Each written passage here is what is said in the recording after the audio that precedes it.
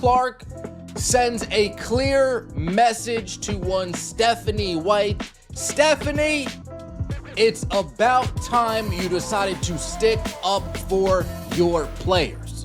I was getting tired of getting scratched, clawed, and grabbed all game long, every game. It's about time you decided to say something to the referees.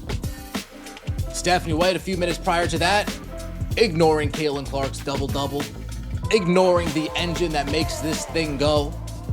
AB doesn't drop 30 without CC 22. CC drops 30 because she's CC. She just made her decision. Not publicly, not in some dramatic press conference, not on social media where everything goes to die.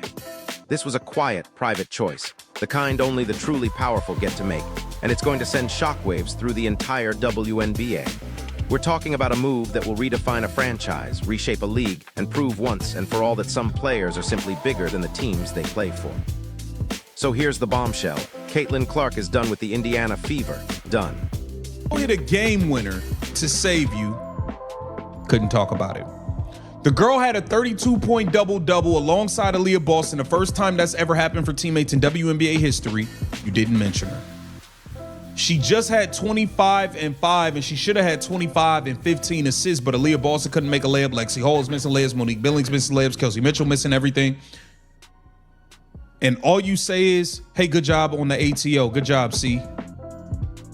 Backslash in, backslash in, backslash in, backslash in, backslash in. Point. Caitlin Clark needs to do what's in the best interest for Caitlin Clark. Too much has happened in her 3 years as an Indiana Fever. Too much has happened since her rookie year. Nobody's acknowledging what Caitlin Clark has done for the league. Everybody's dismissing her. Every single time, somebody gets asked a question like, who would you rather start a franchise with? You get dumbass coaches answering bullshit ass answers like Paige Becker's. Hype is always about how, Caitlin Clark's okay, but she's not that great because anybody off the street that can dribble a basketball can basically do whatever Caitlin Clark is doing. Caitlin Clark is literally out here destroying and annihilating records in a fifth of the time. And every single time, this league wants to dismiss and denigrate everything she's doing. And Stephanie White is a part of that. It's time for Caitlin Clark to get the fuck up out of it. Listen, this isn't speculation. This isn't a hot take based on a bad game or a viral moment. This is a cold, hard reality that's been unfolding behind the scenes, away from the cameras and the breathless headlines. When this season ends, Caitlin Clark, the player who single-handedly dragged the WNBA into the mainstream, is walking away from the Indiana Fever. Not frustrated, not negotiating for a better deal, not waiting to see if things might change. Her mind is made up. She is absolutely, unequivocally done. And once you let that truth sink in, everything you thought you knew about this season flips upside down. Of the 11 largest WNBA audiences in the past 25 years have involved Caitlin Clark. One more time. Rewind. Each of the 11 largest WNBA audiences in the past 25 years have all involved Caitlin Clark in some way, shape, or form. 9 Fever games, the draft, and the All-Star game. Look at these numbers. Look at this. 3.4, 2.7, 2.5, 2.5, 2.4, 2.4, 2.3. She is backslash in, backslash in, backslash in, backslash in, backslash in. So when my neighbor comes up to me and tells me that he's so frustrated he's yelling at the TV because he wants Caitlin to shoot more, and you see social media, of course you do, and we all do, and we see frustration if Caitlin doesn't have the ball or if something goes wrong or if the team doesn't play well in the fourth quarter, all those things that happen in sports. What's your answer to those fans? I don't know that I really have an answer for the fans. I think, I have to answer to our team. In our franchise. And we're trying to win ball games. We're not trying to appease the masses. This isn't about mere frustration. It's about a fundamental, irreparable breakdown of trust and respect. The time for negotiation is long past because, frankly, the Fever never negotiated in good faith to begin with. They never understood the generational talent they had, and they certainly never understood the seismic cultural shift she brought with her. To them, she was a product to be managed, a marketing tool to be exploited, not a player to be built around. And that singular, catastrophic miscalculation is now costing them everything. Good job of finding a way. Okay, really good job of finding a way. We started to expand that fist and then we came back together. All right, that was really good stuff. Now we know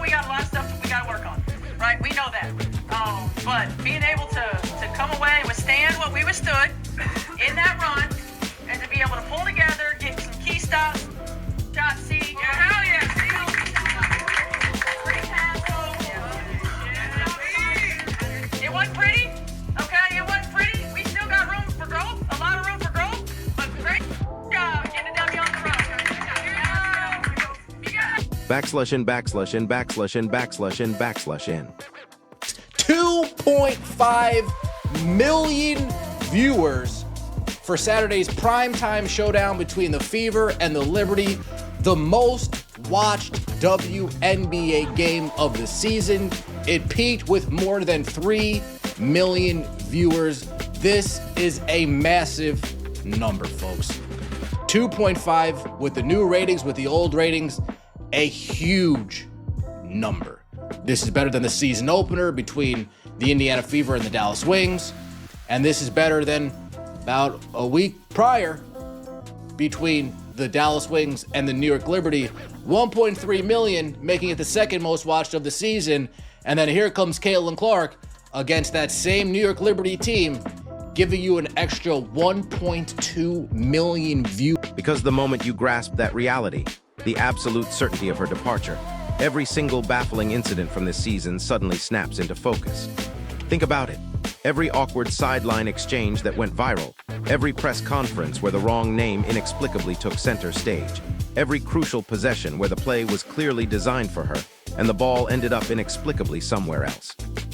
Every single time this organization looked at the most important player in the history of women's basketball and treated her like a fleeting commodity instead of the cornerstone of a dynasty. It all lines up. It all adds up. And at some point, an accumulation of disrespect stops being a pattern you can explain away and starts being a glaring, undeniable reason to walk. Caitlin Clark reached that point, and the Indiana Fever, astonishingly, has only itself to blame. Add in Kelsey, who had already been here, and she had a quiet 19, right? It can make for some really special things, and we've got growth opportunities. There's no doubt about it. But I'm proud of this group, and those two certainly put us on their shoulders tonight. And I thought Mai was great. I thought Mai came in and was outstanding as well. /n/n/n/n/n/n/n. More about Kelsey Mitchell and Mo Billings. Sophie Cunningham and Monique Billings. Wait a minute. Listen to it one more time. We have 5 in double figures. That's huge. That's huge. 25 points off of turnovers. Coming out of the timeout and the ATOC. Great job. Great job. Look, we know that we've still got room for improvement. That's it. it? Every day, we are taking steps forward. And that is the most important thing. Every day, we're getting better. Okay? I'm proud of y'all. Good job. For what, bro? That's it? That's all you had to say about Caitlin Clark? You talk more about Monique Billings, Sophie Cunningham, and everybody else. Bro, this is nuts. Here's the thing this franchise never, ever fully grasped, and it's genuinely stunning given how loudly the evidence has been screaming at them for 2 straight years. Caitlin Clark did not need the Indiana Fever. The Indiana Fever desperately needed her. Before she arrived, this franchise was, for all intents and purposes, invisible. Not just struggling, but a ghost. Small, sparse crowds, forgettable broadcasts, a team existing on the absolute periphery of a league that was itself struggling to find its footing in the national sports conversation. And then Clark walked in. And with her, she brought an entire universe of new fans, new eyeballs, and new money. She changed everything, all of it. The energy is low, so you have to go out there and kind of be the aggressor and bring the energy up. But when they already have it, you just got to slide right in and don't let the game fall out or fall. You've been balling lately. And your attitude has been a lot better. I love that for you. Over the past 3 games, you hit a game winner. Now your celebration was a little, we got to work on that celebration. But then the game after that, you turn around and drop 32 points, 10 rebounds, 10 assists, 7 rebounds. Almost had a triple dub. Then you bounce back today. When I bounced back, you came back today with a 25 piece. That's what I'm talking. /n/n/n/n/n/n. Staying with the Indiana Fever makes sense. It's also something where I think if this were an NBA franchise, this was an NBA organization, people would be fired by now. This is the face of the league. Your franchise player, your star player who's never had injuries, people would be fired by now. People would be fired expeditiously. She ain't lying. We just seen it happen in Dallas with Jason Kidd. They are not about to waste Cooper Flagg's time. They're not about to waste not even 1 season of his career, because every year, every game is very important. And in the WNBA, basketball comes last. That's what it really seems like. Just look at the numbers, because they tell an undeniable story of market value. All 11 of the largest WNBA audiences in the last 25 years involve Caitlin Clark's name. Every single one of them. She transformed a regional franchise playing in relative obscurity into a primetime CBS event, a regular season Saturday game into 3 million people locked into their televisions like it was the NBA Finals. And she did all of that while being forced to play in a system that was never designed for her, under a coach who publicly admitted she does not build around Clark's strengths. Surrounded by a front office that, despite exercising her contract option, somehow still never made her feel like the most important person in the building. That is not bad luck, folks. That is a deliberate, consistent choice. And it is the choice that is now costing them everything. He did not mention Caitlin Clark at all. So you mentioned Aaliyah Boston, career high, congratulations, good job. She was great last night, 34 points and 12 rebounds. However, Caitlin Clark also tied Tamika Catching, the best player in Fever history. She just tied her for the most 30 in 10 games. And you don't want to give her any props. You don't want to acknowledge her. You don't want to. Actually, she has the most in WNBA history, the most 2010 games. I mean, she continuously adding history. And Aaliyah Boston and Caitlin Clark are the first players in WNBA history to have a double-double. Both of them had double-double, so they're the first players to do it and have 30 points. So why not acknowledge Caitlin Clark? /in, /in. Prepare yourself. You better go find you a new team next season because she's getting traded. This media blitz has been insane. For the past 2 to 3 weeks, they found every single way from the media to attack her as a person and as a basketball player. And to be honest, a lot of these media folks are connected to the Fever front office and to Stephanie White. So what do you think is actually happening? Have you seen the Fever come out, to defend their star player? Maybe it's because they don't believe she's a star player. Maybe they think she's a gimmick. Maybe she thinks she's just here to drive ticket sales and merchandise sales. And the true star player is the person that they gave the Supermax to. I like to call her a zero gravity. So prepare yourself. This summer, or not this summer, but this offseason, it's going to get nasty. And she's most likely getting traded. And it's going to be what... The disrespect, you see, was never about one isolated moment. That's the critical part people keep getting wrong when they try to reduce this entire saga to a single incident, a single press conference gaffe, or one botched play call in overtime. No, the disrespect was the asterisk environment asterisk. It was the corrosive culture woven into the very fabric of that organization. The daily, ongoing, deeply ingrained reality that Caitlin Clark was the franchise's most valuable asset, the engine of their entire operation, and yet absolutely nobody in a position of authority acted like it. Remember when Stephanie White, the head coach, sat in front of cameras and told the world, flat out, that she runs her asterisk system, not Clark's. The half-court grind, the methodical possessions, the slow, deliberate pace that takes everything Clark does best, the push pace, the full-speed reads, the pull-up threes from logo distance that make casual fans stop scrolling and lean into their screens, and sands it down into something utterly average. And she said it plainly, without apology, without a single asterisk. My system, not Clark's. And she intended to keep running it no matter the cost. /in. And get this, the insidious thing about a culture of disrespect is that it shows up everywhere, not just in the big, quotable, headline-grabbing moments, but in the small, almost imperceptible ones. The ones that never make the highlight reel, but chip away at a player's spirit day after day. It's the subtle difference in how a player is spoken about in a public press conference versus the hushed tones in a locker room. It's how credit is distributed after a historic win, or how trust is extended, or more importantly, withheld asterisk, when the game is on the line and a crucial decision has to be made about whose hands the ball ends up in. For 2 years, the pattern inside the Indiana Fever organization has been chillingly consistent. Clark does the extraordinary, she makes history, she carries the team, and then the narrative gets deliberately redirected somewhere else. But wait, it gets worse. /in. Now let's talk about the numbers again, because this is where the story stops being emotional and starts being mathematical. And the math, my friends, is absolutely devastating for Indiana. Picture this, 2.56 million people watched the Indiana Fever versus the New York Liberty on a regular season Saturday on CBS. At its peak, over 3 million viewers were locked in. That isn't just a ratings win, that is a cultural event. That is the kind of audience that NFL producers spend years, decades even, trying to manufacture. And it happened organically, simply because Caitlin Clark was on the court.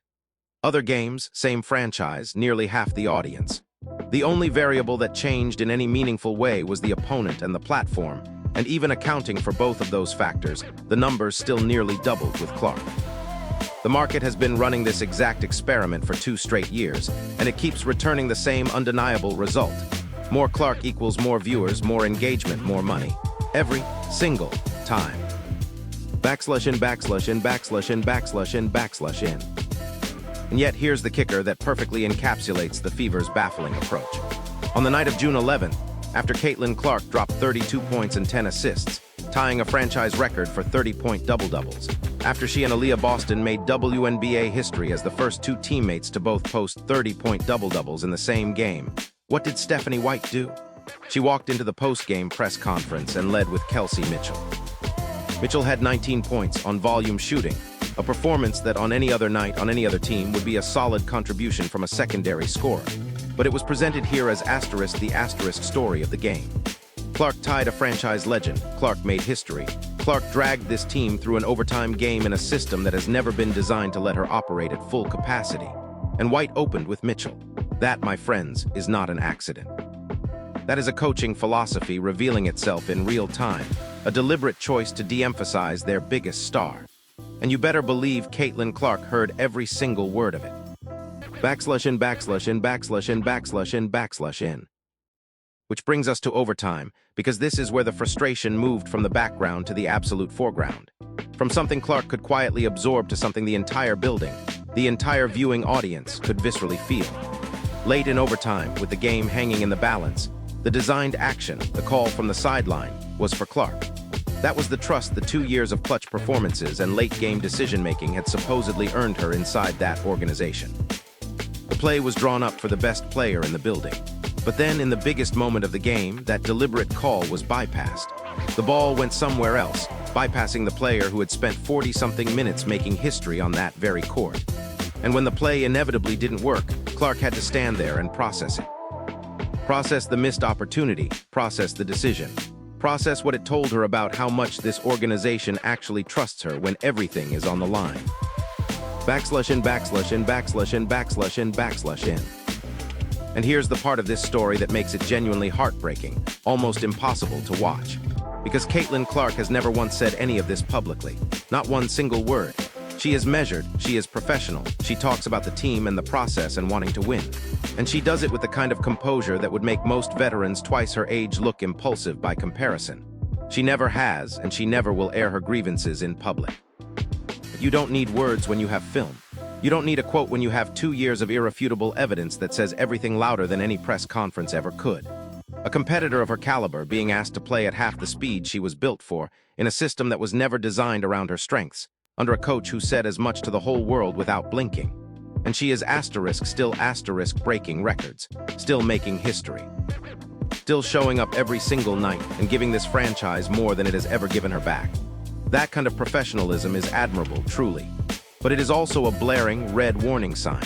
Because when a competitor this disciplined, this focused, goes quiet and stops reacting, it usually means she has stopped trying to fix the situation and started planning her exit. Backslash in, backslash in, backslash in, backslash in, backslash in. And let me tell you, that exit is very, very real. Her rookie contract technically runs through the 2027 season after Indiana exercised her 4th-year option. So yes, she's under contract for now. But a contract is not the same as a commitment, and an option is definitely not the same as loyalty. The moment this deal expires, Caitlin Clark enters restricted free agency in a league that is rapidly expanding, with new teams desperate for a superstar. In a media landscape, every single front office across the WNBA has been watching. They've been filing away every post-game quote, every botched play call, every press conference that led with the wrong name. Every one of them knows what it would mean to have Clark in their building, in their system, in an offense built specifically to unlock everything she does best. They are not waiting for her to become available. They are already ready. Indiana will have the right to match any offer. But the right to match is not the same as the right to trust.